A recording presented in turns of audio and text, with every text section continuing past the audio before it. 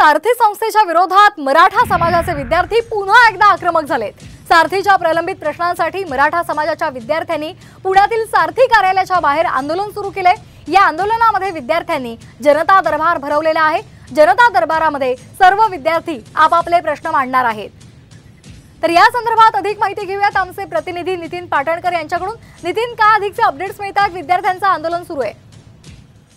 छत्रपती संभाजी महाराज यांची स्वराज संघटना आहे आणि या संघटनेकडनं सारथीच्या विरोधात हे आंदोलन करण्यात येत आहे। सारथी ही संघटना मराठा समाजातील विद्यार्थ्यांसाठी स्थापन करण्यात आलेली आहे। त्यांचं उच्च शिक्षण असेल, पीएचडी असेल, परदेशातील शिक्षण असेल, यासाठी मदत व्हावी म्हणून ही संस्था स्थापन करण्यात आलेली आहे। शाहू महाराजांचं त्यांना नाव देण्यात आलेलं आहे।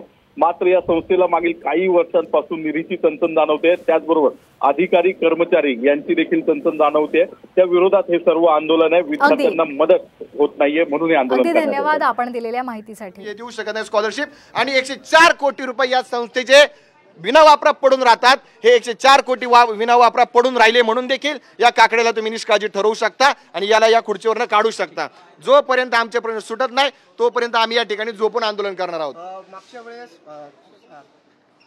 मागच्या वेळेस पुणे विद्यापीठाच्या सेट विभागाच्या जो कोण अधिकारी आहे त्या अधिकाऱ्याची बदली व्हावी किंवा त्याच्या चुकीमुळे विद्यार्थ्यांचं नुकसान झाले, या सगळ्या संदर्भामध्ये आपण त्या ठिकाणी पत्रव्यवहार केला होता। त्याचा काही विद्यापीठाने पुढे फॉलो केला? विद्यापीठासोबत आम्ही पत्रव्यवहार केलेला आहे। विद्यापीठाने